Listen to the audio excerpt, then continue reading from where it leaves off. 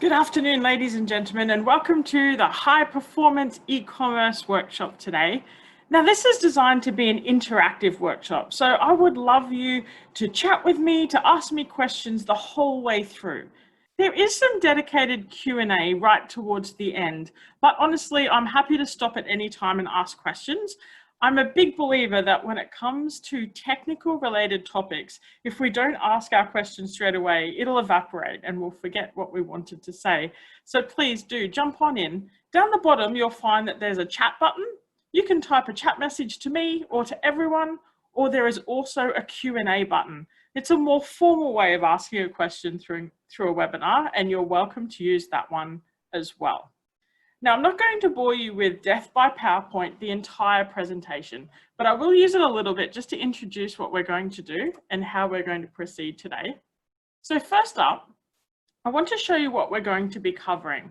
This workshop is designed to be one for beginners. So that is people who are new to e-commerce or are thinking of having an e-commerce store for the first time, but they're not really sure exactly how to make it a success. Or maybe you have an e-commerce store already and you want to up the ante. You want to make some big dollars and really change it up from a side hustle perhaps to your main gig. And so that's what today is all about. That's why there's no silly questions. So first up, we're going to talk about what is it that customers desire from an e-commerce site. We know that especially during this COVID period, that people have swapped over to an e-commerce purchasing model in droves. And really, for many people, that really wasn't a choice. That the only way that stores could operate was through an e-commerce model. So those stores who already had e-commerce working, that they really have reaped the benefits from this. So we want to know, what is it that our now customers who are savvy on this platform, what do they want from your website? I've got a question already from Sue, and that is, does this include service sales? Sue, give me a little bit more detail about what you mean by service sales, and I'll jump in and answer that. Next up, we're going to talk about comparison buying, and that is that the online shopper is essentially a researcher. They will look at a lot of similar products before making a decision, and if they have their heart set on a particular brand, they will shop around to see what is the best price point or see what the stores have to offer. So we're going to talk a little bit about that concept and how you can capitalize on that. Next, I'm going to cover how to improve your search engine optimization, and also as a direct consequence, the same things that Google likes, customers also like. So this will improve your sales as well, your conversion figures, we often call them. And then lastly, I'm going to cover some useful bells and whistles. This is really an absolutely endless space in the world of e-commerce, but I'm going to talk you through a couple that are big hitters and things you should definitely consider if you're undertaking an e-commerce for the first time. Now, Sue said that she does training and sells training programs. So yes, if you're selling those as an online e-commerce model, then definitely these concepts will help you as well, Sue. And I understand you used to do them face-to-face, but now you've swapped over to the online space, like so many other people too. So yes, stick with me and you'll definitely get something out of this as well. So first up, we're going to cover some customers' desires.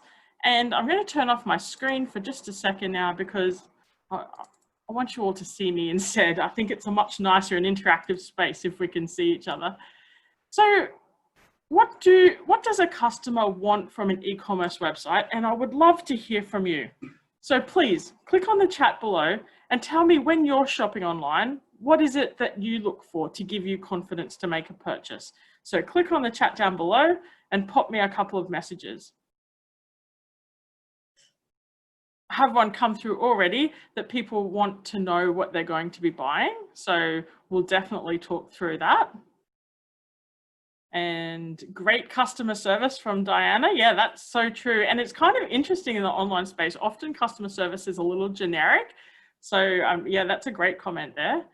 Sue wants quality of what's on sale. So still wants a quality product, not just a sales related product.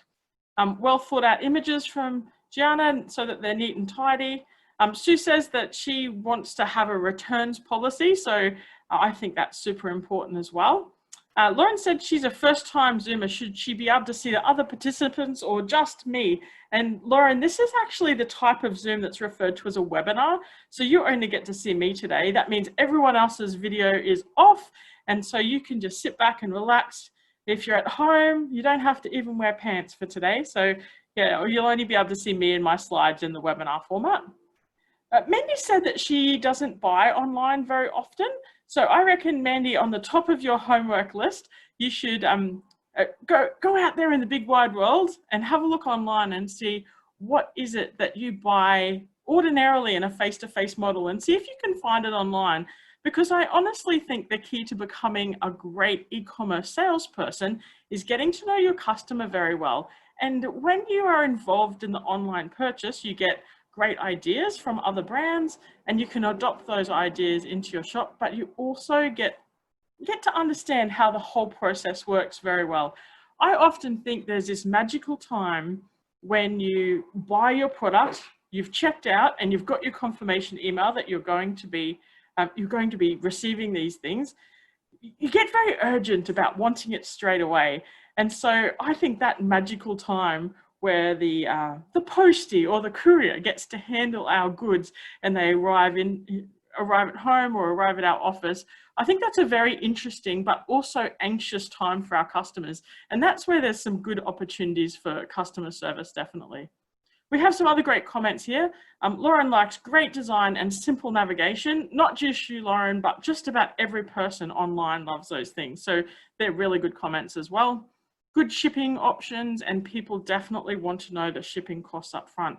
So I think pretty much you all could run this webinar on my behalf. You've made some really good comments there. But let me talk through some of the ones that maybe I've forgotten or aren't concentrated on hard enough by those store owners out there. And I have a couple of examples as well of some of my favorite shops that we can have a look through, just so you can get some inspiration on who is doing online retail very well and how you can incorporate their ideas. Now, if you are not much of an online purchaser like Mandy, I'm going to give you a homework list as well to go out there and do some shopping. And where you should start is look for products that you would normally buy in the offline world and see how easy it is to go online. This should include things like shopping at Coles and Woolworths for the first time, just to have a feel how the big majors do it. Myer, David Jones, they have a fairly robust size e-commerce store. Both of them are not very good, but they still do have a big e-commerce store, and get to know how other people are transacting online. So yeah, Deanna said, worst homework ever, online shopping. Yes, big bonus to your credit card. It's going to get a workout after this. And the second thing I think you should do is start to judge how confident you feel about purchasing from these companies, and what increases your confidence or decreases your confidence. Because at the end of the day, somebody is going to be making a purchase with you and they're going to be a stranger. When they walk into a bricks and mortar store, there's a lot of things that they can look at very quickly and make a judgment about whether or not they trust you and your goods. There's the tactile experience of being able to see and think and smell, and you don't get any of those online. So we have to reproduce some of this. The first thing I think most business owners do, the big mistake, is that they do not go into enough detail about their products and services. And this is a really important factor because, number one, Google judges you based on the text that you write. Primarily, Google is a text-based search engine, and we definitely will talk more about SEO later. But not only that, is people want enough detail in those products to be able to feel confident about making that purchase. And so some of the things that they want to know will change based on the product that you provide. Now, Sue mentioned earlier that she does online training. And so the kinds of things that people would want to know about online training is very different from me, who needed to purchase a new laptop sleeve for a brand new laptop that I bought. And so the sorts of things that I need to know as a laptop sleeve is I need to know, well, number one, will it fit my laptop? So I need to know its dimensions. I want to know about its resilience because essentially it's a protection piece for my laptop. So I want to know what it's made from. How thick is it? Have other people enjoyed using it? Is it easy to slide my laptop in and out of when I'm going through an airport? These are the kinds of questions that I as a consumer would ask when I'm looking at it, turning it around, opening up and closing it at a shop. So the product description needs to be your silent salesman. And most shops have single paragraph descriptions, sometimes just a single sentence. And that's just not enough for great high performing e-commerce sites. Now in Sue's case, selling courses, then what would people like to know about them? Sue, feel free to jump on in the chat and tell everybody what you reckon people would want to know. But I'm guessing I would like to know the date, the price, what content is going to be covered, and maybe how much detail it is. What level of training is it? Is it going to be a beginner level? Is it an advanced level? How interactive it is? Is it going to be more of a workshop style or more of a lecture style? And is there lunch, Sue? That's a very, very good question. Is there lunch? Probably not in the online model, but perhaps in the offline model. I would love to pick on more of you, not just Sue, in the chat. So if you would like to, please pop down in the chat what it is that you already sell online or you're planning to sell. And if you don't have something yet, that's okay. Just say that you're planning to sell something and you haven't decided yet. So please click on the chat and give me a bit of feedback as to what it is that you're planning to sell. I'm going to share my screen now, and I'm going to show you a website which I think has one of the best product descriptions in Australia. And so it's a very large website, first of all, and they would have easily 200,000 products. And they sell stuff that is stock standard products. So it's not unique. They're selling brand name, electronics, tableware, homewares, those sorts of things. So these items you can get at a lot of other online shops and a lot of other offline shops. But it's one of the most popular retailers in Australia. It's called Peters of Kensington. And if you're into cooking and kitchenware, apologies in advance if you've never seen this, because you'll probably want to go and buy things. And so what I've chosen to show you is an Alessi electric black kettle. Can you give me a thumbs up in the chat if you can see that okay? Has it come through on your end? Yeah, quick thumbs up. Yep, awesome. Thank you so much. And so this kettle is not just a cheap, dodgy kettle. It's usually $250 and reduced down to $187. And that's a bit of a signature of this particular website, is they tend to sell higher end goods at a heavily discounted price.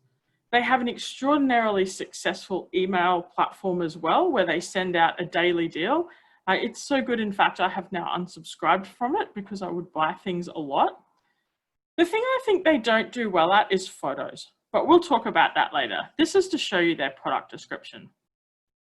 And so if you have a look here, it's a fairly thorough description. It goes into a lot of detail about the kind of product it is, but it also is written with the customer in mind, because this isn't a cheap and nasty kind of product. And you can see that their language is a little more high end. So they've said things like, Alessi remains committed to a design approach that brings together artistic expression and industry. And those are not the kinds of things that you would say maybe at a $2 store, for example. This is definitely written with a high-end customer in mind. They've got a nice little dot points of features there, and also things like capacity dimensions. They're all fairly easy to find. They do also now sell overseas. So they have down below that this is the Australian New Zealand electrical plug. So if you're buying from the US, you probably wouldn't want to buy this item. One thing that I think is very interesting about this store is they do try very, very hard to not use the product information that is given to them from the manufacturer. So I'm going to stop that share now.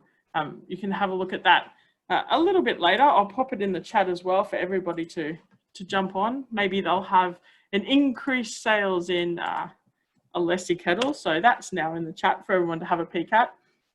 So often when I see websites that sell the same kind of stuff that everyone else is selling, I see them just copy the product information from the manufacturer and they just paste that in, and that's it. Everyone's got the same data. So Peters and Kensington have employed people specifically to write text about each of those items. And they seem to write them as if maybe they've got them in their hand or they're having a look at them. They do some back research on the companies that they're talking about. And I think that makes for a very good product description. People like to know that kind of detail and it gives them more confidence to buy. There's this saying that I really love, that people hate to be sold to, but love to buy.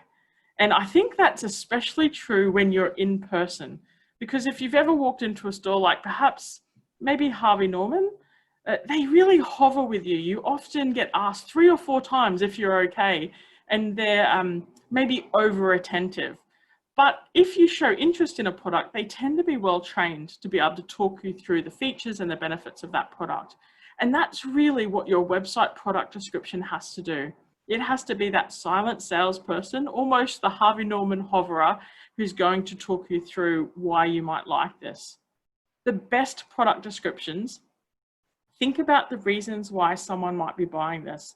So if we think about that Alessi kettle, well, there's so many kettles on the market, but an Alessi kettle comes with a sense of status, and it's not just your average looking kettle either. It looks a little bit vintage and would look quite nice on a benchtop. Comes in black, not your standard stainless steel kind of colors. And so I think this kind of customer likes higher end goods. They like showing off. Perhaps they have a house where they often bring people to do entertaining. And so if you can get into the psychological demographics of your customer and write product descriptions around why they might want it, that is what leads to online gold pretty much. Is you'll make lots and lots of sales if you can convince the customer that this is for them for exactly the reasons that they're shopping that day. And so let's move on a little bit from product descriptions, because a couple of people wrote in their chat that they said that photos were a really important part of their of an e-commerce website, and they are absolutely right. Most stores just have one photo, and mostly the photos aren't that great. Traditionally, when I say traditionally, I say from the beginning of the e-commerce internet, shopping cart style websites always had a particular style in their photography, in that they tended to be a product taken in a light box on a white background, and then that background is taken out. And that certainly looks super clean and very interesting, and most sites do operate with that kind of photography. But interestingly, there is a bit of a trend for more natural looking photography as well. And I think this has perhaps come about from Instagram being such a big part of people's lives now, and taking a photo of a product in situ, where it would live, perhaps with people's hands in it or showing how it might be used. There's definitely that trend as well in the e-commerce space to take more natural kinds of photos. I don't think there's a right or a wrong answer. I think it would be different for every kind of product. Certainly, I think if you were selling clothes, for example, it would be pretty odd to only see those clothes flattened out without them being on a model on a white background. I think that would be pretty boring. You also want the diversity of how it looks on a person as well. So I think from a photography perspective, I encourage you to mix it up, but ideally you would have more than one photo. You want to really try to demonstrate that, that tactile experience. Now, Sue has mentioned that videos are important as well. She said, in fact, they must be important as well. And that is absolutely true, but I'm going to cover that in a little bit. So you're jumping the gun a little bit there, Sue. I'm going to show you a website that I think does very well at photography. Again, this is an Aussie website. They sell handbags and backpacks and unique items. And I've thrown you straight into one of their products, the Travel Folio. I think this is an interesting product to show you for a couple of reasons. Is number one, they do a cool thing when you change color. So if you see here, I've clicked on the red earth color. If I change it over to blue, you see that the photos all change to the blue photo. and they've photographed the items in almost an identical spot. And that's pretty challenging, I think, but just the same, it's very clever. And so if I wanted to buy this item, which I am actually looking for a new travel folio right now, not that I plan on going anywhere interesting in the foreseeable future, but I do need another one just the same.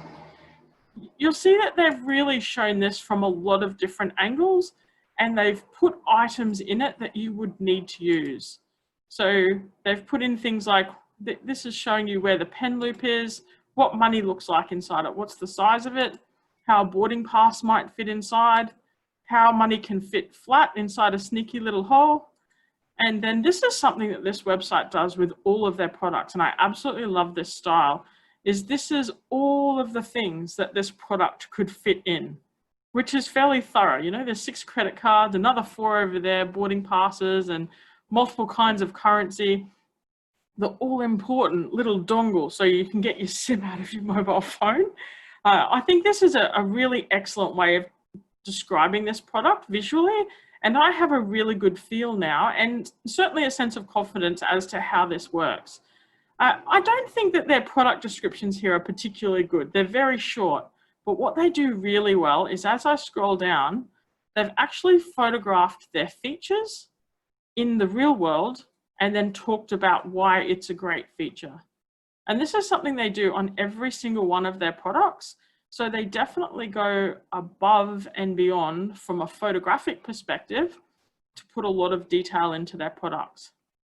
If you were selling things that were one-off kind of products, so you were maybe selling original art and it wasn't particularly high priced, then having a lot of photos is a very time-consuming ordeal.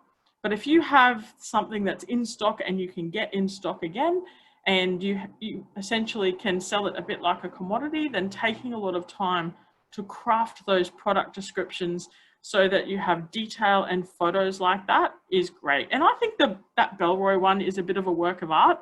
I've put it down in the chat as well. So if you want to go onto that website and have a look and be inspired by that later, you can.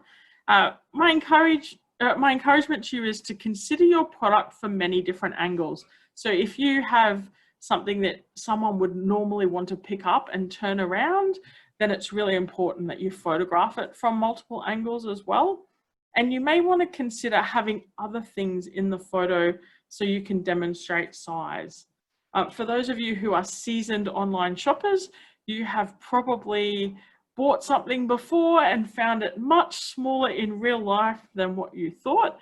And that's because the photos just had a photo of the product and didn't have any reference material. So it didn't have a hand in it or a pen or something that we're used to understanding the size. So I think it's a really good idea to photograph comparison things or companion things even, so people have that understanding of size there. Now, do we have any questions at this point? Please jump on in at any time and pop some questions down into the chat for me. So far, so good though. Nobody asked some real hairy ones, but I can see some people have been talking about the sorts of things that they sell. So that's really interesting to see some handmade jewelry and handbags and unique products, berets and beanies and fiber art from Gianna. That sounds awesome. I am a beret lover, so I can't wait to see the things that you've got. Lauren's planning to sell pumps, which is large and heavy and totally not sexy either, Lauren. I reckon your product descriptions are going to have to be very functional about what those pumps do, but also people would want to know that their pump is compatible with what they're going to use it for. So you're going to have to be really heavy on the specifications too, I think.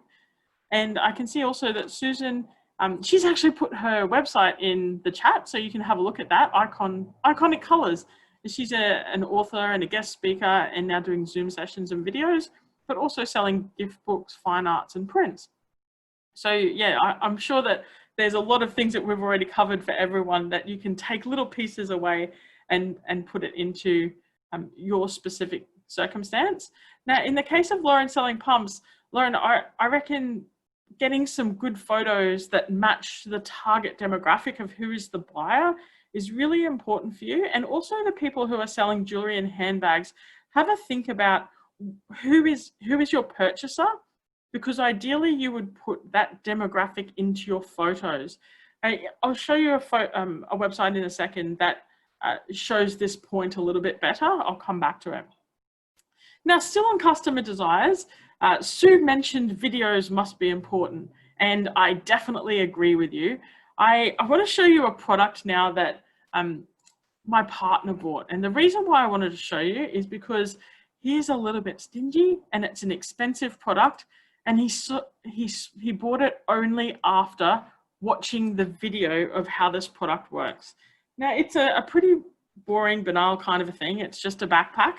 But again, this is a fairly interesting website from an e-commerce perspective, in that they have really thought of a lot of things. So you see here over on the left, they've got all the photos here of how the backpack works, all the things that you can fit into it, what the straps look like, all the extra accessories you can have. And the very last one here is a video. Now, I'm not going to play the video over Zoom, but I think you should have a look at it. The video, I think, is only about a minute 30. But what they do is they unzip it, they put things into the backpack, they put it on someone's back so you can see what the concept's like. They have multiple models in the video, and they really have gone to a lot of effort to make this video fantastic. Now, my partner went from absolutely not, I would never pay that much for a backpack, to here's my credit card, quick, buy it for me before I change my mind, just off the back of watching this video. And I think videos definitely are important where you have the kinds of products that people really need to see. And so some of those products might be the more tactile, body related things. So putting something on, seeing how it looks on that model, but it also might be things like art. I have a client who does really beautiful photography, quite high-end photography.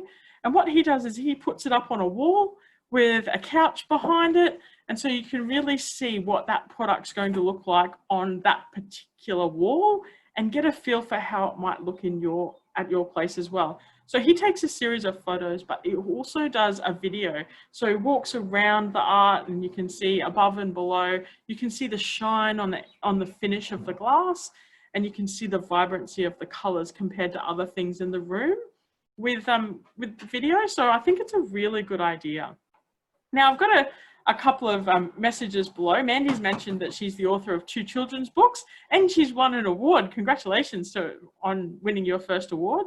So Mandy, in your case, could you have a video of somebody reading their child one of your books, perhaps? Or just a little snippet of maybe a dad and a daughter sitting together on a couch or in bed reading to each other? I think that could be a really cute video to help sell your books as well.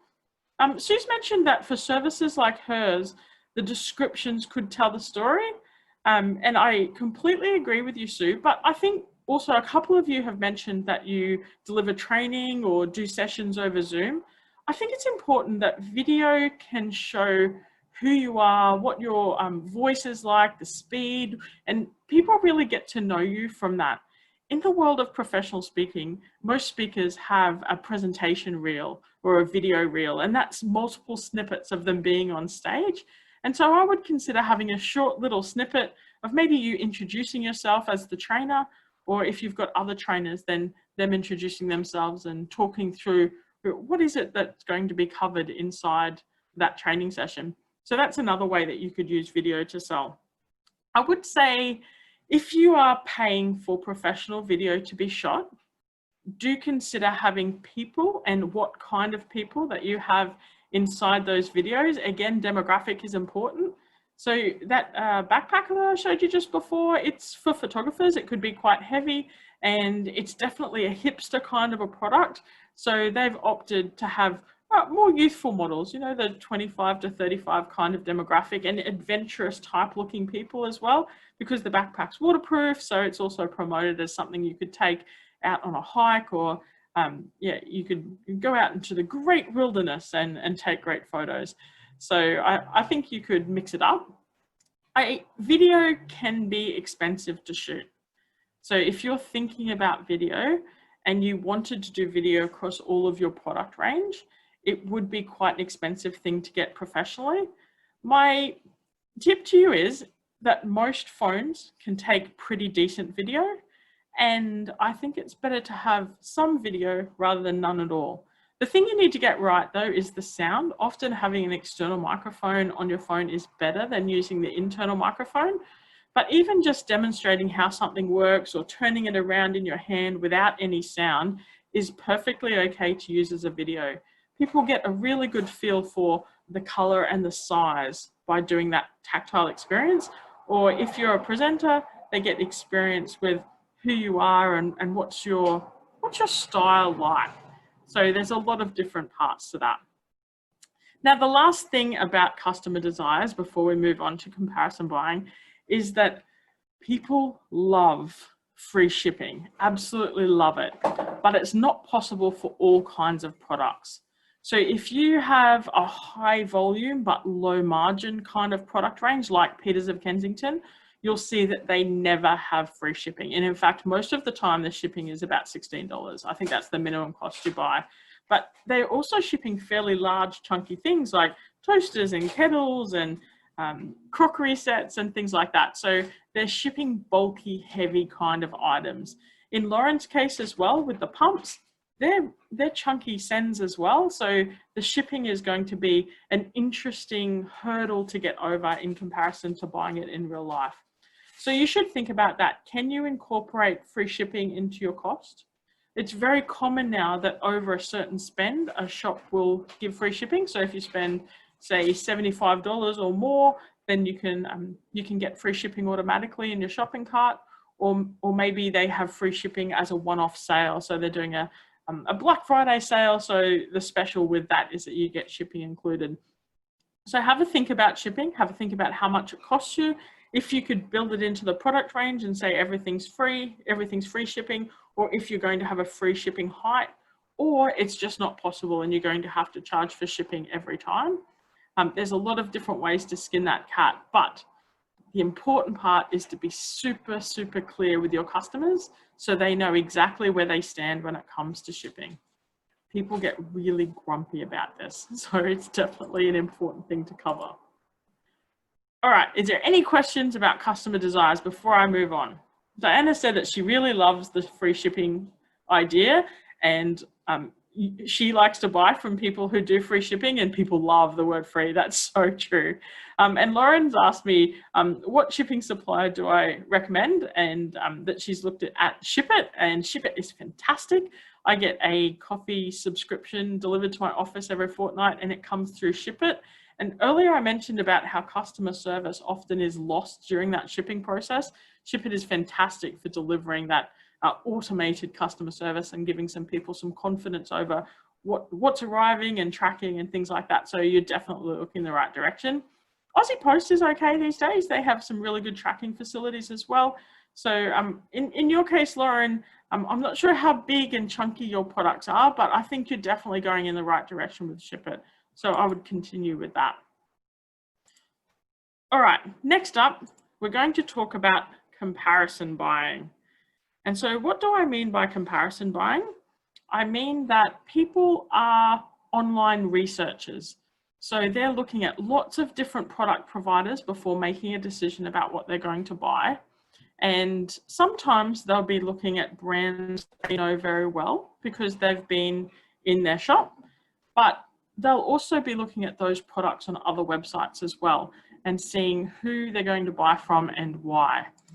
So what's important when they're making a comparison decision? And I think the number one thing is trust. How trustworthy is this website, is this company, is this transaction going to be? So there's a couple of things that weigh on the mind of people. And let's say they're going to be buying from you and they've never heard from you before, they haven't interacted with you. So they're essentially a stranger as a customer. What they're going to want to do is be able to contact you if something goes wrong. So many online stores don't do this very well. And in fact, that company that I showed just before, Bellroy, that's an example of one that doesn't do this very well. Is the only way to contact them is via email, and email inevitably has a delay with it. So they didn't have a phone number available. They didn't say where their postal address was, and they didn't have any other way of contacting them except, it wasn't even an email actually, it was a support ticket to send through a support ticket. And so when I recently sent them an email, they got back to me 12 hours later. And by that stage I was cold. I'd already bought something somewhere else. So if somebody wants to buy and they have a question, I think you should try to make yourself available at least by phone if you can. So contact details, super clear. It's not just about people contacting you. It's also about trust that you actually exist, especially if you're an Australian-based business and you're selling to other Aussies. That trust is really important, that they can get hold of you if something goes wrong with the transaction. So that's the first thing, really easy to find contact details. Don't try to hide them on people. The second is if something does go wrong, they want to know how they can return and get a refund, what the refunds policy is and what the returns policy is. I often find that companies do this as a bit of an afterthought. And so I make websites for a living, and sometimes people will say to me, oh, Nikki, can't you just find one on another website and copy it for me? And that's not really how it works. Is you have to think about how does your business specifically handle and systemize refunds and returns, especially if this is going to be a big thing for you. Refunds and returns will just be part of the transaction model, and you'll need to know what to do. So I don't think there's necessarily a right or wrong answer to this either, just that you are clear with customers about how it works. Because for some people, they'll sell items that can't be returned because of personal hygiene reasons. Others, people will want a refund if it's just the wrong color, it doesn't look like it does in the photo, or it's not as described, and you'll get that other odd kind of customers who you'll feel like they're trying to take you for a ride. And unfortunately, that does happen in the world of e-commerce as well. So those policies will protect you, and the customers also are of the belief that it will protect them as well. So refund and returns policy. These days, increasingly, people want to know about if their detail is private and secure, so a privacy policy as well. So there's a lot of different things to think about with those trust factors, but I definitely would encourage you to be very clear. Now, Gianna said that she understands that there's no one correct template, but is there somewhere that she could go to for a checklist? And strangely enough, Gianna, because they're policies, I would get a lawyer. So I have a friend who is an IP lawyer here in Cairns, and that's who I have write our policies. They're not particularly expensive, but they have boilerplate templates to start with. And so that's why it's not that expensive, and they just customize them to your situation. So you can get away with it for just a couple $100. Otherwise, what you could do is go to a website that is similar to your own. Ideally, it should be in the same country that you are as well, and have a look at their policies and be inspired by them. I definitely wouldn't just lift them, but look at what they include and what they don't include, and consider your own circumstance and do that. I really do advocate going to find a brand or another company. It doesn't have to be in the same place where you are, but in the same industry that you can look up to and get ideas from time to time. Because often those larger companies are doing interesting innovations, and I think it's a great way of expanding our knowledge and also going, oh, that's a good idea every now and then. Now back to trust. What's some other things that you can do for trust? Well, people love social proof. And social proof comes in a lot of different ways. In the travel industry, we would be used to TripAdvisor as a form of social proof, because customers who have been on a trip then can leave a review about that item. And you tend to find that the reviews are brutally honest as well. So when people leave a review online, they often do it when they're really, really happy, or when they're a little aggrieved perhaps. So I think customers have gotten quite good at looking at reviews with a bit of a grain of salt. But if there are a groundswell of good reviews, then people tend to trust that. The odd one or two bad ones, they don't tend to mind, because there's crazy people in every industry. So don't worry if you get one or two bad reviews.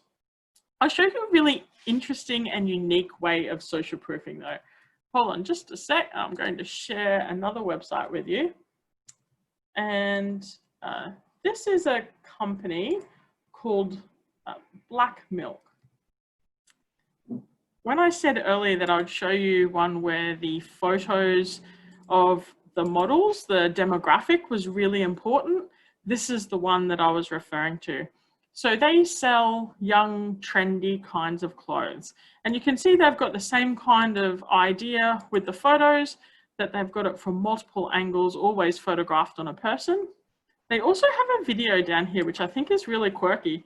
They just have somebody walking in, turning around, and then walking out again, which I think is a cute, quick, little easy video. It's not particularly high production there. So I think they've done a really good job. But let me show you the social proof that I was talking about before. This section here of 8 photos have been taken by their customers. And if you have a look at this line here, it says, "We love these looks. Hashtag BM mermaid candy leggings and mention black milk clothing for your chance to be featured here." And so these are actual customers who's taken photos of themselves wearing these clothes and then posted them up on Instagram or Facebook. And the company has said, "Hey, these photos look great," and they've featured them on this page. So in terms of social proof, you can get a really good feel for how it looks, what the color scheme's like, how bright it is, what your friends might wear that same day. So in terms of a review, this isn't exactly your average 1 to 5 star kind of a review, but it definitely carries a lot of weight. People have bought it. It looks great on, and it's really bright and colorful. So I think that's an interesting, unique kind of social proof that you also could consider. Maybe not necessarily with the automation of the hashtags and the tag us for your chance to be featured, because I think that's something that only very much younger kind of product could really pull that off.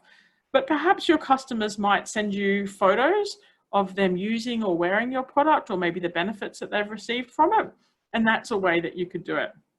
There used to be this website years ago that I absolutely loved. It was for geeky products. It was called Think Geek.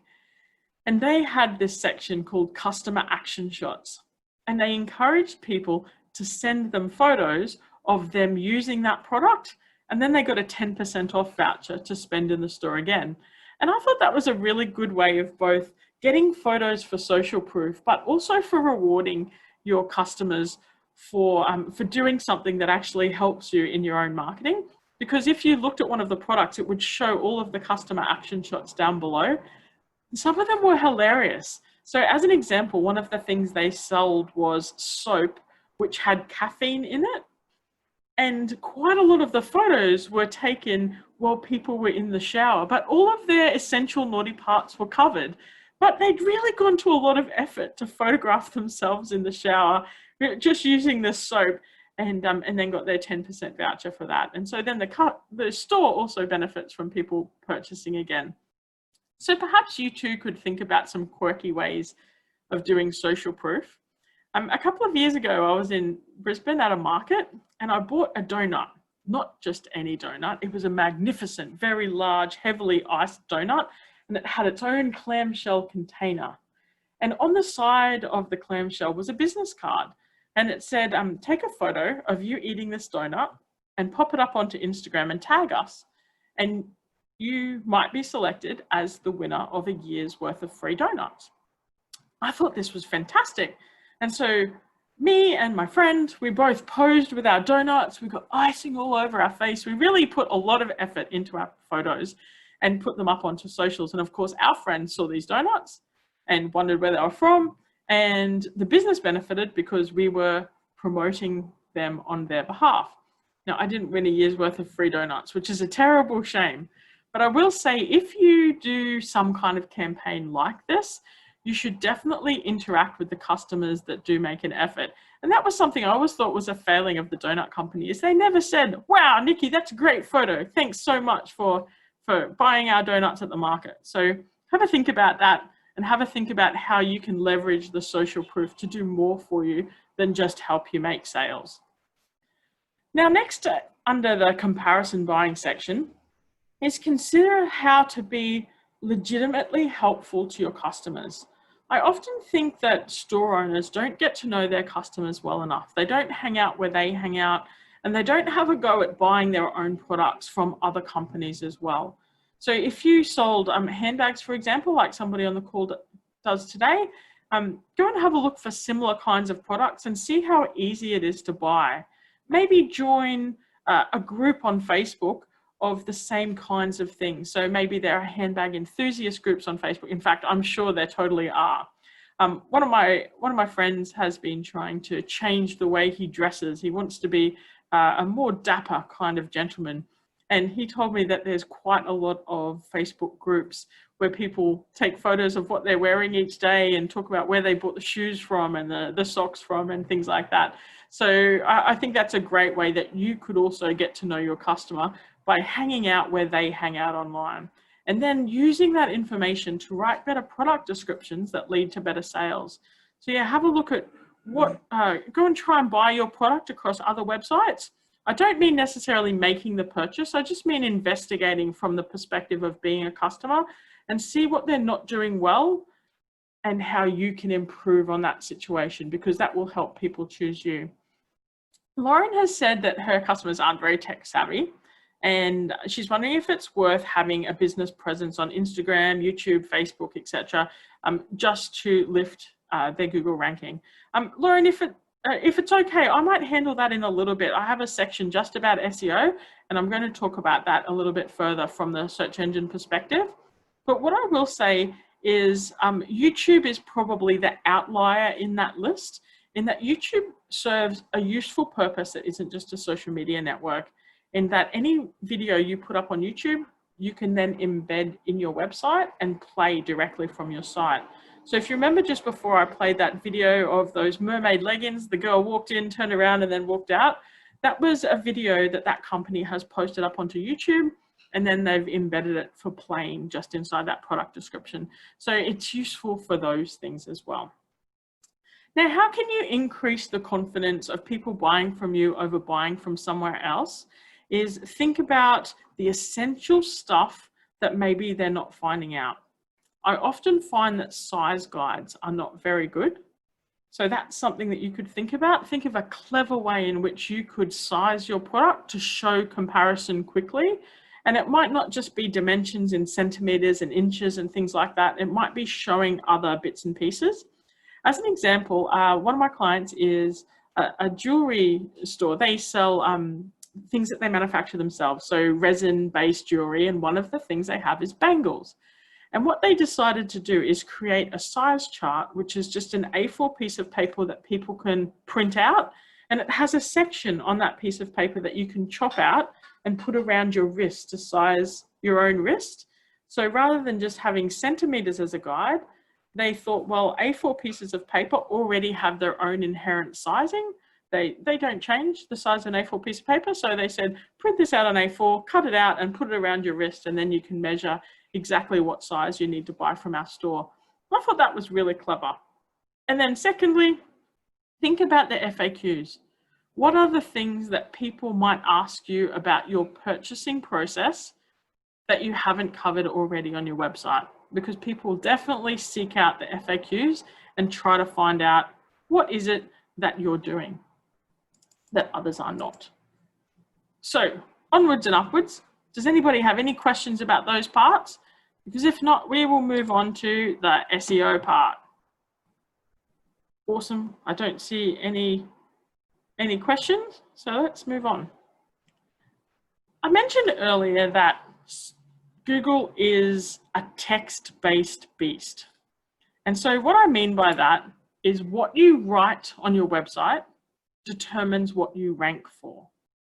And some parts are more important than others. So the text that is more important are things like the headings on your pages. It's anything you have in dot points or bold, or any text which you have as a link. And so the important parts of those from a shop perspective is the number one heading on your pages should be the product description of that page. So what I mean is, let's say the product is those mermaid leggings. I would call them something like black milk mermaid leggings, or perhaps mermaid leggings. It needs to be a descriptive heading, and that's the first thing that happens on the page. Ideally, it would also include a keyword of what someone might be searching for. So if I pick on Sue again for a moment, who sells training, if she has a product page for every single one of her training packages, then the heading at the top of that page should say exactly what the training package is. So if someone is searching for, say, sales training, then they can find it through that avenue. So think about what are the keywords that people will want to search for to find that product, and write it into the pages, the product descriptions, and the headings on those pages. Another really important thing is what categories that you put your products into. And often stores have very generic and boring kinds of categories like men and women, for example, and nobody ever searches for men or women. They might search for summer dresses, or they might search for dress shirts, but they never search for men or women. So I think have a think about how your categories could be quite specific, because nobody wants to spend 5 minutes on your website to find out you don't actually sell summer dresses, even though you sell ladies' clothes. Who is really, really good at product descriptions and putting things into the right product categories is actually Amazon, which is probably the biggest store in the world in terms of how many products they have. And you'll find very quickly their product descriptions and their categories get super targeted. So if you're wondering what category would this product be in, then have a look at Amazon, because they do this really well and Google really loves those product categories. Now, the other thing you can do is create some unique content. And by unique content, I mean things like articles, do-it-yourself guides, care and handling, maybe some videos. A really good example, I think, of the video space is if you have a look on YouTube for Will It Blend? It's one of the early YouTube successes. I'm just going to type it into the chat so you can have a look at it.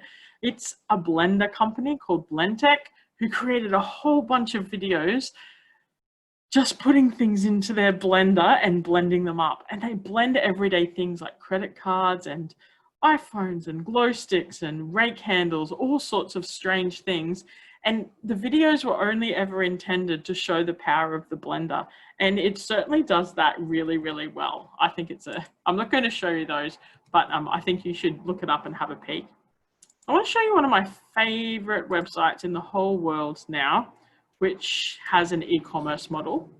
This is a US website called Food 52. So food for 52 days of the week. And this is an article that I clicked on today just off their homepage. And it's a pretty interesting kind of an article, just the easiest, cheesiest tomato recipe to repeat all summer. So very clickbaity in that heading, but this is clearly an article, and it's an article based around a recipe. At the top, they've got a video. So they've embedded that from YouTube. Down below, they talk a bit of backstory about this product. Really good photo of what it looks like. And as I scroll down, you'll see there's the recipe, and then they've embedded items from their shop straight onto this article page. And I think this is one of the cleverest things I've ever seen from an online shop, is they're delivering information about a recipe, but you'll see they've used this skillet that's also available in their shop. They've used a chopping board and knives in their shop as well. And this is probably just kind of related. It's a tomato shaped pan. But I think this is a fantastic way of delivering value, increasing your search engine presence, but also increasing your conversions at the same time. So that website is called Food 52, and I'll put that in the chat below as well, so you can have a little peek at that afterwards. It's I think this website's a little bit like Pinterest. It's very easy to get lost in there for a really long time. And unfortunately, there's lots of really good things to look at. Does anyone have any other questions about SEO? If you have a question, pop it down into the chat, and I'm going to answer Lauren's question from earlier about whether or not it's important to have a business presence across the different social networks just to lift your Google ranking. And the short answer is probably no. Your social platforms are very time consuming. So if your customers aren't tech savvy, they're not there in the first place. There's no great reason to have either Instagram or Facebook then. YouTube, I mentioned before, it's a good reason because you can embed videos, and also YouTube is owned by Google, and so it has its own sense of helpfulness in terms of your Google ranking. Remember that Facebook and Google are competitors. They're not exactly at war, but they're definitely arm's length from each other. And so Facebook and Instagram doesn't give you benefit towards your search engine rankings. What can be helpful though is a listing called Google My Business, and I believe Business Station have a workshop coming up soon about how to set up your Google My Business profile. So if you don't already have one of those, then jump onto that workshop and set them up, because that is definitely something that can contribute towards your search engine ranking.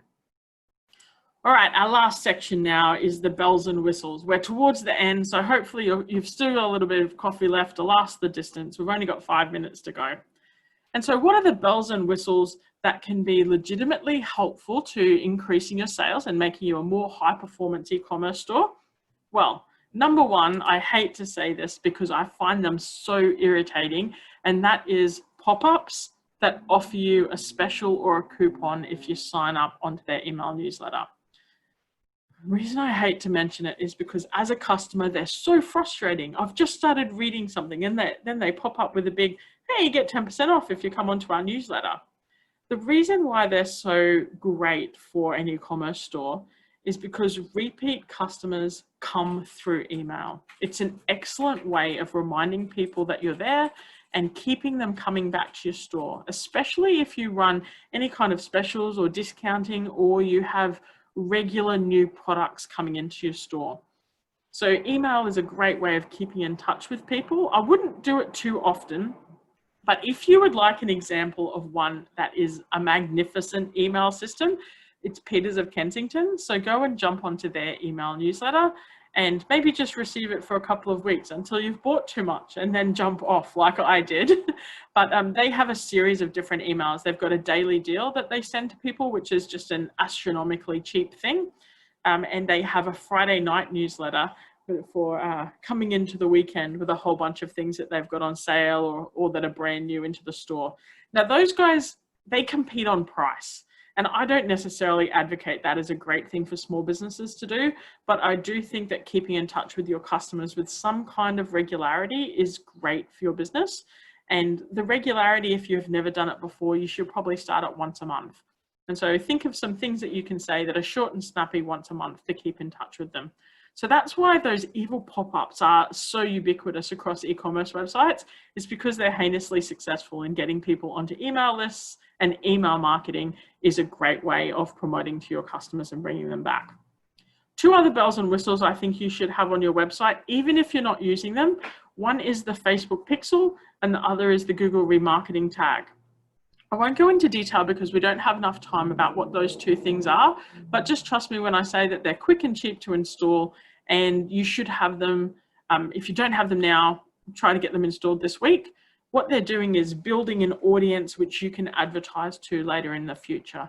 And so the time that you have people on that remarketing list means that you'll have more people to market to. So if you haven't got those two installed, install them as soon as possible. So that's the Google remarketing and the Facebook pixel. Now, lastly, I'm going to push the idea of going out there and finding somebody that you are inspired by. Kathy's just asked me to repeat those two. So that's the Facebook pixel and the Google remarketing tag. If you have a web developer, maybe ask them about those. You can Google them and find out how to install them. They're quite quick and easy to install for most people. Those companies have deliberately made it easy for us. So go out there and I want you to find a brand. I think it's great if you find somebody who's Aussie and somebody who's maybe based in the US and see how they are selling to their customers, how they change their website. I find, interestingly, in the US, they tend to be better at selling than us, but they also tend to be a little more pushy as well. So I would definitely look to them for ideas on how trends are working. I remember when I went to the US last, I was in a big department store there called Macy's, and they have started to use their store more of like a warehouse where you can try on things and see it. And they have QR codes all through the store so that you can scan and buy online straight from your phone while you're in there.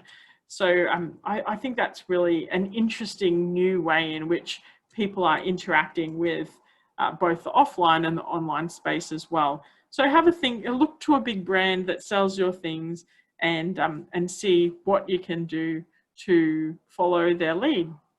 Now, the last bit, our last couple of minutes, is open time for Q&A. So if you have a question, now is the time before we finish off for the day to pop it down below, and I'll do my best at answering them. You've got me for a couple of minutes as your own personal shopping consultant. So please pester me with something that you need to know. Now, Ray's mentioned that he's asking about the Facebook, so it's the Facebook Pixel. He said he's got Google My Business, but he mixed the Facebook one, so that's the Facebook Pixel. And the other one I mentioned was Google Remarketing. So I'll just pop that into the chat as well.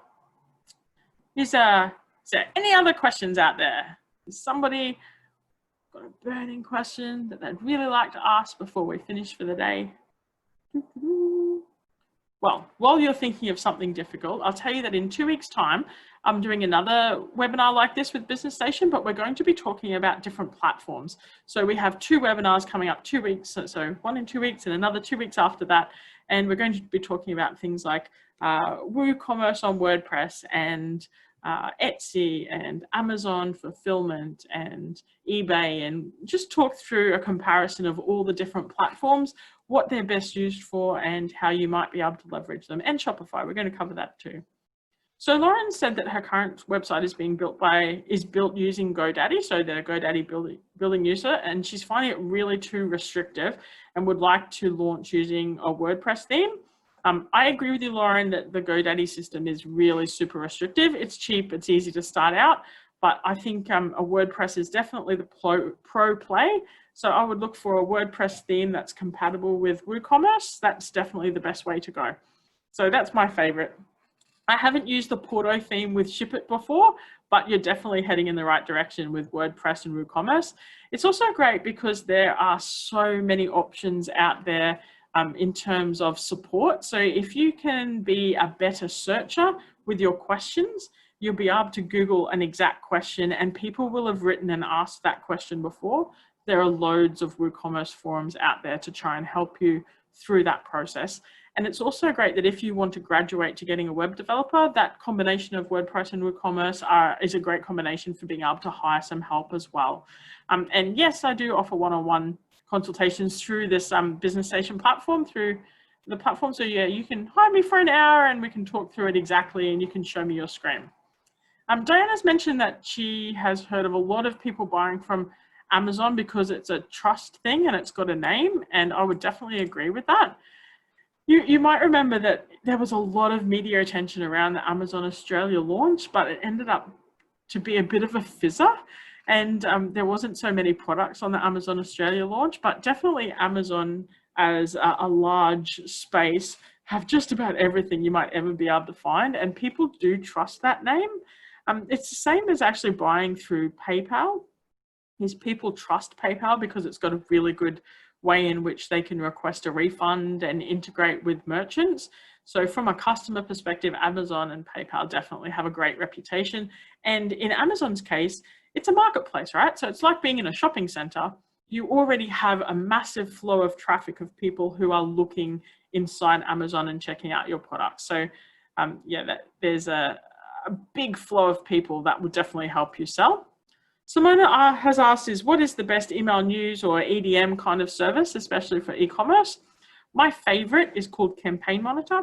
It's an Australian piece of software. It integrates fairly well with most other things, and it's very, very easy to use. One of the reasons why I like it is it's completely compliant with the Australian Spam Act, and so you can't accidentally do the wrong thing through it. Probably the most popular would be Mailchimp. Not my favorite though. But yeah, they're two that you could have a look at. Simona, Mailchimp is free up to a certain number of customers. I think it's 2,000 at the moment. So lots of people have a look at Mailchimp first of that. It's quick and cheap and easy at the beginning. And last question from Diana, would it be best to start your business selling your product on Amazon or to have your own e-commerce website? Very interesting question. I think it would depend a lot on your product base. I would do both. But if you wanted to test the waters, then definitely putting a product on Amazon is an easy way to start. It does carry a cost with it though. So you may find that a platform more like eBay is similar enough for you to get a feel for the whole marketplace world, and you only have to pay per product rather than pay per month. Now, Simona has asked me again, what are those options? So I'm just going to type it into the chat so that she can see it. And that's Campaign Monitor and Mailchimp. All right, folks, unfortunately, we have run out of time. Thank you for being so interactive with me today. And hopefully you've got a lot of tips about how you can move your e-commerce space into a much more high performance space, I encourage you to spend a lot of time with your product descriptions, your photos, and perhaps video as well, because it's the number one thing that most people forget. They get really detailed in trying to set up the store and forget that people actually need details to purchase them. So I know that's a really big homework job for you to write a lot of info about your products, but it is the best thing for you to be able to make sales.